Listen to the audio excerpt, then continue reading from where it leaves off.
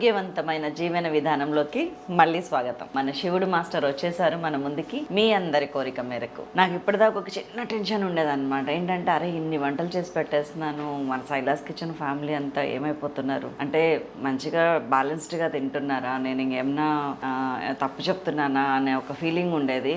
అది ఈ 2 వీడియోస్ తోటి నాకు ఇలా తీసేశారు మాస్టర్. ఎందుకంటే నాకు ఇప్పుడు హ్యాపీగా అనిపిస్తుంది, అమ్మయ్య తింటున్నాము ఎంత బ్యాలెన్స్డ్గా తినాలి, తింటున్నాము ఎంత బ్యాలెన్స్డ్గా వాటర్ మేనేజ్ చేయాలి, తింటున్నాము అన్ని రోగాలకి ఎలా నియంత్రణలో పెట్టాలి, అది చెప్తే చాలు. అటు రుచులు కోల్పోవక్కర్లేదు, ఇటు ఆరోగ్యము కోల్పోవక్కర్లేదు అని నాకు ఎప్పుడు సాటిస్ఫాక్షన్గా ఉంది. సో లెట్స్ వెల్కమ్ మన ముఖ్యమైన అతిథి, chief guest of the entire show, శివుడు గారు. నమస్తే అండి.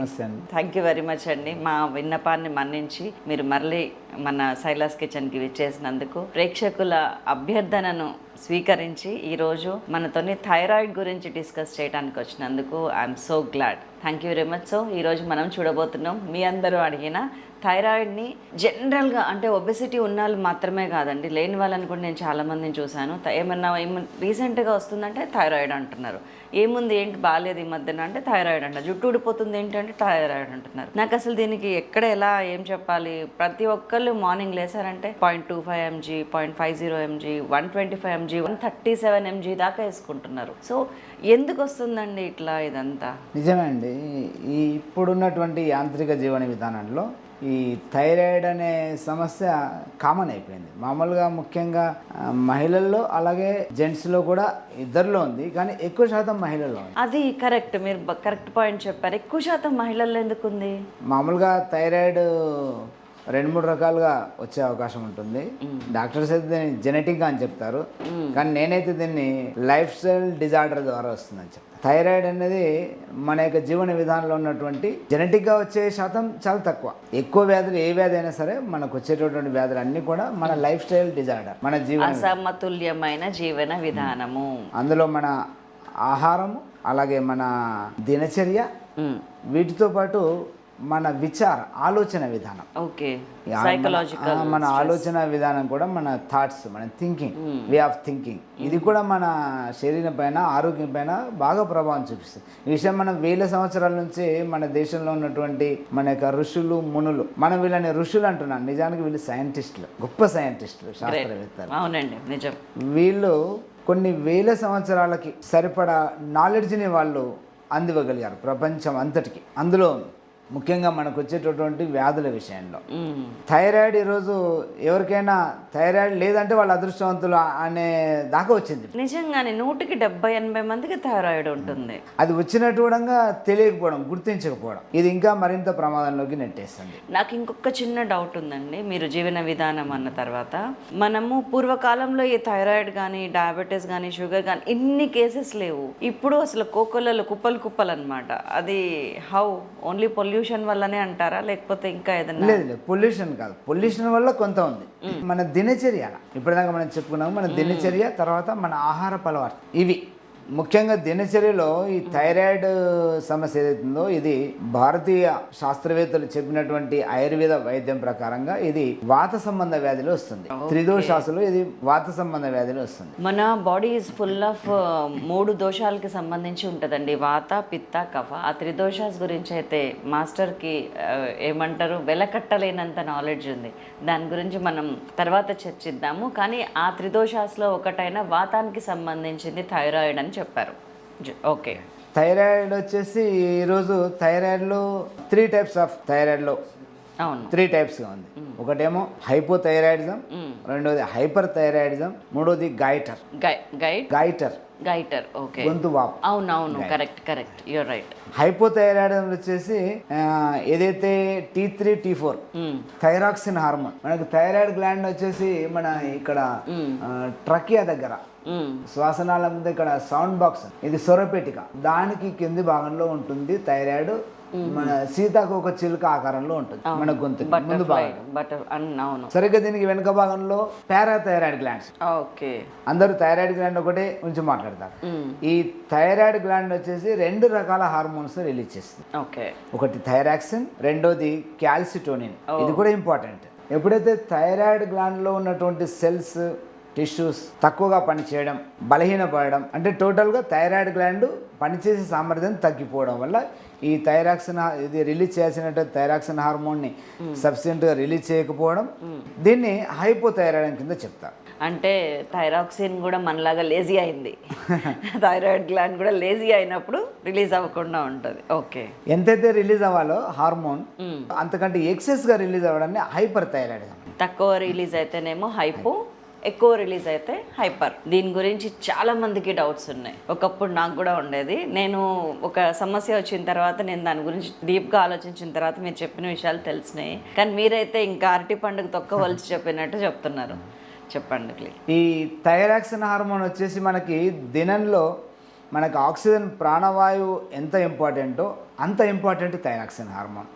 ఓకే, మన దినంలో థైరాక్సిన్ హార్మోన్ లేకపోతే మన దేహంలో జీవన క్రియలు అన్నీ కూడా స్లో అవుతాయి. మెటబాలిక్ రేట్ స్లో అవుతుంది. జీవక్రియ దేహంలో ఎలాంటి జీవన క్రియలు జరగాలన్నా thyroxine hormone compulsory.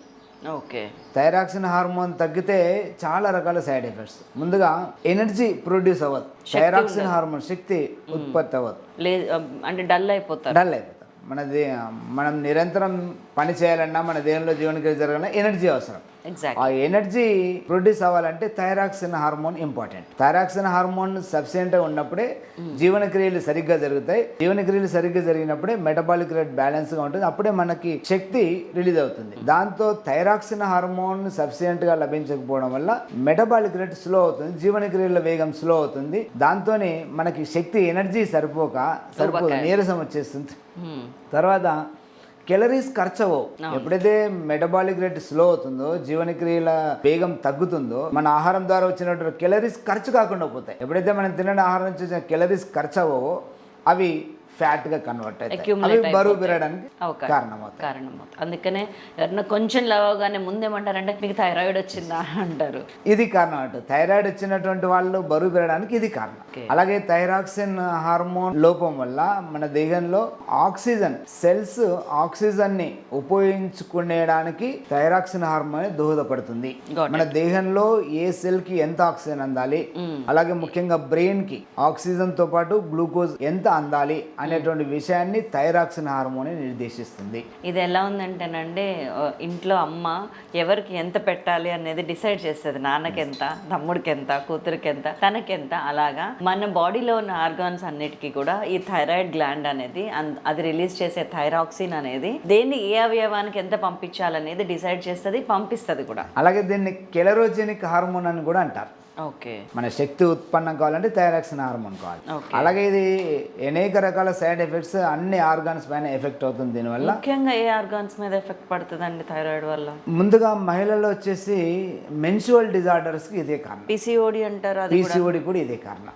Okay, gynaecology problems కి థైరాక్సిన్ లోపమే కారణం. ఓకే, మెన్సువల్ డిజార్డర్స్ ముఖ్యంగా. దాంతోపాటుగా మన యొక్క రెస్పిరేషన్ పైన కూడా దీని ఎఫెక్ట్ ఉంటుంది. ఊపిరితిత్తులు, డైజెస్టివ్ సిస్టమ్ పైన కూడా దీని ప్రభావం బాగా పడుతుంది. జీర్ణ వ్యవస్థ, అలాగే ఎక్సిక్యూటరీ సిస్టమ్ విసర్జక వ్యవస్థ పైన కూడా దీని ప్రభావం బాగా పడుతుంది. అంటే మలబద్ధకానికి ఇదే కారణం అవుతుంది, ఇన్ఫర్టిలిటీకి ఇదే కారణం అవుతుంది, అజీర్ణానికి ఇదే కారణం అవుతుంది. అలాగే మన హోమియోస్టేసిస్, మన యొక్క బాడీ యొక్క టెంపరేచర్ ఎంత ఉండాలి అనే దాన్ని కూడా థైరాక్సిన్ హార్మోన్ నిర్దేశిస్తుంది. ఓకే ఓకే, థైరాక్సిన్ హార్మోన్ లోపించడం వల్ల మన దేహంలో ఈ టెంపరేచర్ అప్పుడే ఎక్కువగా పెరగడం, అప్పుడే మళ్ళీ చలి పెట్టడము, చెమట పట్టడము, ఇలాంటి పరస్పర వ్యతిరేకమైనటువంటి సైడ్ ఎఫెక్ట్స్ కనిపిస్తుంటాయి.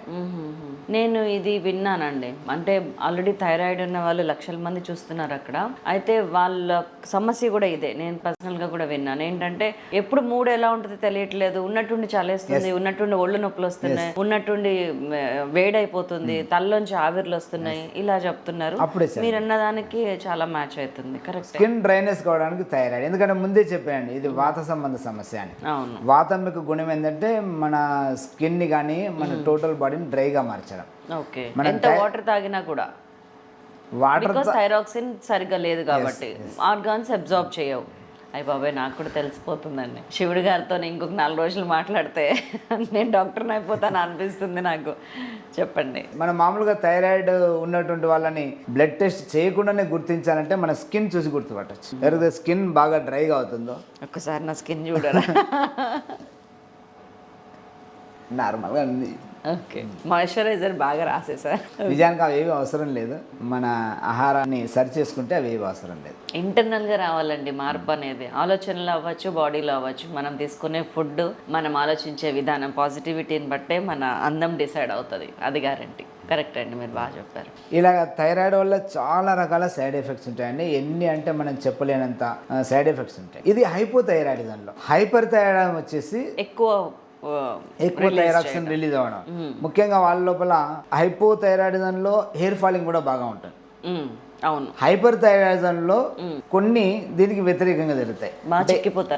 ఎక్కువగా వెయిట్ తగ్గిపోతారు. హైపర్ థైరాయిడిజంలో ఎక్కువగా వెయిట్ తగ్గిపోతారు. ఎందుకు తగ్గిపోతారు? థైరాక్సిన్ హార్మోన్ ఎక్కువగా ప్రొడ్యూస్ అవ్వడం వల్ల జీవనక్రియల వేగం ఎంతైతే జరగాలో అంతకంటే వేగంగా జరుగుతుంది. దానివల్ల వాళ్ళలో ఆహారం ద్వారా వచ్చినటువంటి కెలరీస్ అన్ని కూడా ఎక్సెస్ గా బర్న్ అయిపోతాయి, ఖర్చు అయిపోతాయి. దాంతో వేగంగా వాళ్ళు బరువు తగ్గడం స్టార్ట్. అవును, అక్యుములేట్ అయిపోయిన ఫ్యాట్ కూడా అసలు వాళ్ళకి అక్యుములేట్ కావట్లేదు. నా దృష్టిలో అయితే హైపోథైరాయిడిజం కన్నా హైపర్ థైరాయిడిజం పేషెంట్స్ కొంచెం బెటర్, లావుగా అట్లా లేకుండా ఉంటారు. అలాగే హైపర్ థైరాయిడ్ ఉన్నటువంటి వాళ్ళ లోపల ఫేస్ చూస్తేనే గుర్తుపట్టచ్చు, వాళ్ళ కళ్ళు ముందుకు పొడుచుకొస్తాయి. ఓకే, కొంతమంది గుడ్లు బయటకు ఉంటాయి. అవునవును, అది హైపర్. అడగలేం కదండి, టచ్ వుడ్. నేను ఒకరిద్దరిని చూసాను, మేము అడిగితే మేము గుర్తుపట్టేస్తాం. మీరు అడిగిన డాక్టర్ కాబట్టి, అంటే న్యాచురోపతి డాక్టర్ కాబట్టి, మీరు న్యాచురోపతి డాక్టర్ కానీ యోగా మాస్టర్ సార్. ఆయన సింప్లిసిటీకి నిదర్శనం అండి ఇది. డాక్టర్, మీరు ఇన్ని తెలిసే విషయాలు డాక్టర్ అన్నా కానీ కాదండి నేను అని చెప్తున్నారు. అది నేను గమనించానండి, ఈ గుడ్లు బయటికి రావటం అనేది. అనుకునేదాన్ని, అరే ఏంటి ఇట్లా ఉంది అని, మొన్న బాగానే ఉన్నారు కదా అనుకునేదాన్ని. ఓకే, ఇది రీజన్. ఇప్పుడు చెప్పినటువంటి డిజార్డర్స్ అన్నింటి కూడా ఈ హైపర్ కానీ హైపో కానీ ఈ రెండింటికి చికిత్స విధానం వేరుగా ఉంటుంది. ఏది ఆహార నియమాల్లో వేరుగా ఉంటుంది. యోగాలో రెండింటికి కామన్ ఉంటుంది. గ్రేట్. ఇప్పుడు చెప్పినటువంటి ఇప్పుడు థైరాయిడ్, ఒకసారి థైరాయిడ్ సమస్యలోకి వెళ్తే లైఫ్ లాంగ్ మెడిసిన్ వాడాల్సిందే ఇప్పుడున్నటువంటి మోడర్న్ మెడికల్ సైన్స్ లో. కానీ ఈ రెండింటి కూడా యోగాలో, అలాగే న్యాచురోపతి. అంటే ఇక్కడ మళ్ళీ న్యాచురోపతికి మనం వెళ్ళడం కానీ మన యోగా అండ్ మన జీవన విధానం, మన దినచర్యని, మన ఆహారాన్ని మార్చుకుంటే పూర్తిగా మనం బయటపడచ్చు. ఓకే, ఇది ఎంతో మంది పైన, యోగాలో చాలా మంది పైన ఎక్స్పెరిమెంట్ చేశాను, రిజల్ట్ కూడా ఉంది. సో మనం పూర్తి నమ్మకం పెట్టుకోవచ్చు. చెప్పింది చెప్పినట్టు తూచా తప్పకుండా చేయగలిగితే గనక మనం మనకు వచ్చిన థైరాయిడ్ ని సమర్థవంతంగా నియంత్రించగలుగుతాము. ముఖ్యంగా ఆహార నియమాలు, ముందుగా ఆహార నియమాల్ని, థైరాయిడ్ సంబంధించినటువంటి ఆహార నియమాలను మనం పాటిస్తే సమస్య పెరగకుండా మనం ఆపుకోవచ్చు. తర్వాత సొల్యూషన్ అనేది మనం యోగ ప్రాణాయామాల ద్వారా మనకి పర్మనెంట్ సొల్యూషన్ దొరుకుతుంది. హైపోథైరాయిడిజం ఉన్నటువంటి వాళ్ళు, ఈ హైపో థైరాక్సిన్ అంటే థైరాయిడ్ టాబ్లెట్ తక్కువ ప్రొడ్యూస్ అయ్యి దానికి థైరాయిడ్ సప్లిమెంట్ తీసుకునే వాళ్ళు కొన్ని రకాల ఆహార నియమాలు పాటించారు. ముఖ్యంగా రాగి జావా. రాగి జావా అందరు తాగేస్తుంటారు. నిజానికి మన తెలంగాణ యొక్క ఆహారంలో ప్రముఖమైనటువంటిది రాగి జావా. అందులో ఐరన్ బాగా ఉంటుంది, పోషక విలువలు సమృద్ధిగా ఉంటాయి, అందరికీ ఉపయోగకరంగా ఉంటుంది. చిన్నపిల్లల నుంచి కాల్షియం, మెగ్నీషియం మూడు సమర్థవంతంగా ఉండేది రాగులు. Micro nutrients and major nutrients పుష్కలంగా ఉంటాయి అందులో. ఈ రాగి జావలో దాంతో పాటుగా గాయిట్రోజెన్స్ అనే కెమికల్ ఉంటుంది. ఓకే, గాయిట్రోజెన్స్ ఇది థైరాక్సిన్ హార్మోన్ ని బ్లాక్ చేస్తుంది. బ్లడ్ లోపల థైరాక్సిన్ హార్మోన్ ని నిరోధిస్తుంది, బ్లాక్ చేస్తుంది. ఓకే, అందుకని థైరాయిడ్, హైపోథైరాయిడ్ కంప్లైంట్ ఉన్నటువంటి వాళ్ళు రాగి జావా తీసుకోకూడదు. రాగి జావా కానీ, రాగి రొట్టె కానీ, రాగితో చేసినటువంటి ఏ వస్తువు కూడా తినకూడదు. నో, రాగి జావా వద్దు మనకి. అలాగే రాగితో పాటు క్యాలీఫ్లవర్, క్యాబేజీ, అలాగే ఆవాలు, వేరుశెనగ గుళ్ళు, స్ట్రాబెర్రీ, ఫ్రూట్స్లో strawberry, junk food, fast food and soft drinks, cool drinks ఇవన్నీ తగ్గించాలి. వీలైతే మానివేస్తే తొందరగా అందులోంచి బయటికి రావచ్చు. నేను విన్న ఒక వర్షన్ అయితే ఈ థైరాయిడ్ గురించి, అవి మానేయటం కాకుండా మీరు అన్నారు చూసారు తగ్గించాలనేది, మనకు కావాల్సింది 125 సంథింగ్ సీసీనో ఏదో ఉంటుందంట పర్ డే. మనకి 125 సీసీనే తీసుకోవాలి ఈ రోజుకి, దాని ప్రకారం మళ్ళీ మనం ఖర్చు పెట్టాలి. సో దీనికి దానికి బ్యాలెన్స్ అవ్వదు కాబట్టి మొత్తానికి మానేయమని చెప్తారు డాక్టర్లు. కానీ అవసరం లేదు, ఆ పర్టికులర్ మోతాదు వరకు తీసుకోవచ్చు అని నేను విన్నాను. నేను ఇప్పుడు చెప్పినటువంటి పదార్థాలు ముఖ్యంగా కాలీఫ్లవర్, క్యాబేజ్, వీటిల్లో గాయిట్రోజెన్స్ అనే కెమికల్ ఉంటుంది. ఇది థైరాక్సిన్ హార్మోన్ ని బ్లాక్ చేస్తుంది. కొద్ది రోజులు మనం ఈ ఇప్పుడు చెప్పినటువంటి గాయిట్రోజెన్స్ ఉన్నటువంటి ఫుడ్ ని పక్కకు పెట్టడం మంచిది. నార్మల్ అయిన తర్వాత మళ్ళీ మనం తీసుకోవచ్చు. కానీ ఎక్కడైతే సమస్య ఎక్కడి నుంచి అయితే వస్తుందో అక్కడ ముందు స్టాప్ చేసి తర్వాత దాన్ని మనం చికిత్స చేస్తే కుదురుతుంది. సమస్య కంటిన్యూ అవుతుంది, మనం చికిత్స చేస్తుంటాం, ఎప్పటికి కుదరదు. ఎగ్జాంపుల్ వాటర్ ట్యాంక్ ఉంది, అందులోనికి వాటర్లోకి పొల్యూషన్ ఒక వైపు నుంచి వస్తుంటుంది, మనం ఫిల్టర్ చేస్తూ ఉంటాం, ఎప్పటికీ అది ఫిల్టర్ అవ్వదు. ఎప్పుడైతే ఎక్కడి నుంచి అయితే పొల్యూషన్ వస్తుందో దాన్ని స్టాప్ చేసి ఫిల్టర్ చేస్తే అది ఫిల్టర్ అవుతుంది, శుద్ధి అవుతుంది, ప్యూరిఫై అవుతుంది. మనకు అర్థమయ్యేటట్టు చెప్పారు.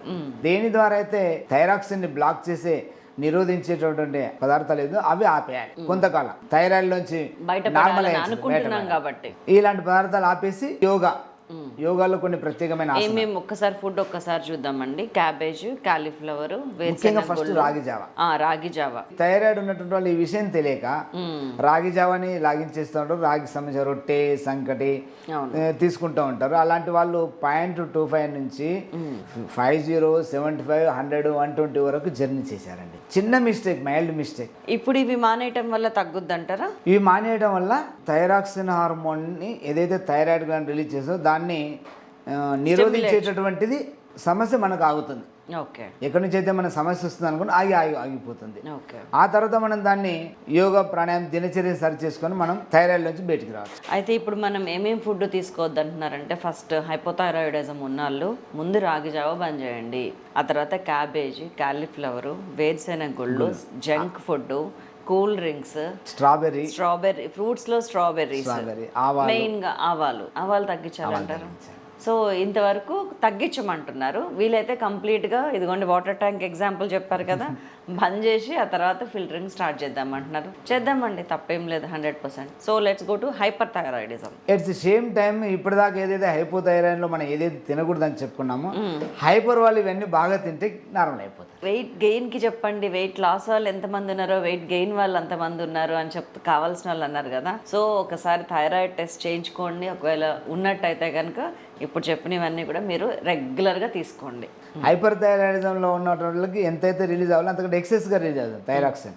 అందుకని దాన్ని బ్లాక్ చేసే గుణం ఈ ఇప్పుడు చెప్పిన పదార్థాలు ఉంది కాబట్టి ఆ పదార్థాలు తీసుకుంటే బ్యాలెన్స్ అవుతుంది, మెడిసిన్తో అవసరం లేకుండా.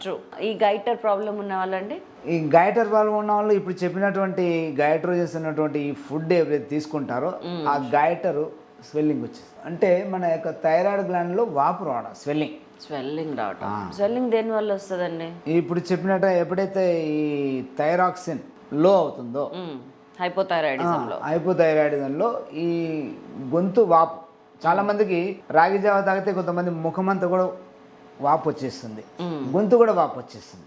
చాలా మందికి రాగి జావ తాగినప్పుడు ఇలాంటి లక్షణాలు కనిపిస్తాయి. ఎలాంటి వారికి